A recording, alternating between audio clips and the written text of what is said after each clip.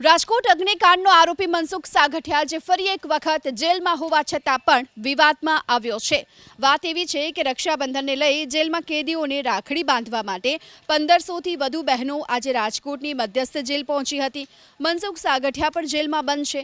તેની બહેન પણ તેને રાખડી બાંધવા માટે જેલમાં પહોંચી। બહેને સાગઠિયાને રાખડી તો બાંધી અને બાદમાં સાગઠિયાના હાથમાં એક ચિઠ્ઠી પણ આપી। જો કે જેલમાં ફરજ પર હાજર પોલીસની નજર સાગઠિયા પર જ હતી, આથી પોલીસે તાત્કાલિક આ ચિઠ્ઠી લઈ લીધી, પરંતુ ચિઠ્ઠીમાં શું લખ્યું હતું તે જાણી શકાયું નથી।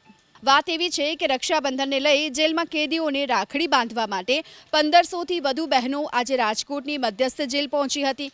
મનસુખ સાગઠિયા પણ જેલમાં બંધ છે। તેની બહેન પણ તેને રાખડી બાંધવા માટે જેલમાં પહોંચી। બહેને સાગઠિયાને રાખડી તો બાંધી અને બાદમાં સાગઠિયાના હાથમાં એક ચિઠ્ઠી પણ આપી। જો કે જેલમાં ફરજ પર હાજર પોલીસની નજર સાગઠિયા પર જ હતી, આથી પોલીસે તાત્કાલિક આ ચિઠ્ઠી લઈ લીધી, પરંતુ ચિઠ્ઠીમાં શું લખ્યું હતું તે જાણી શકાયું નથી।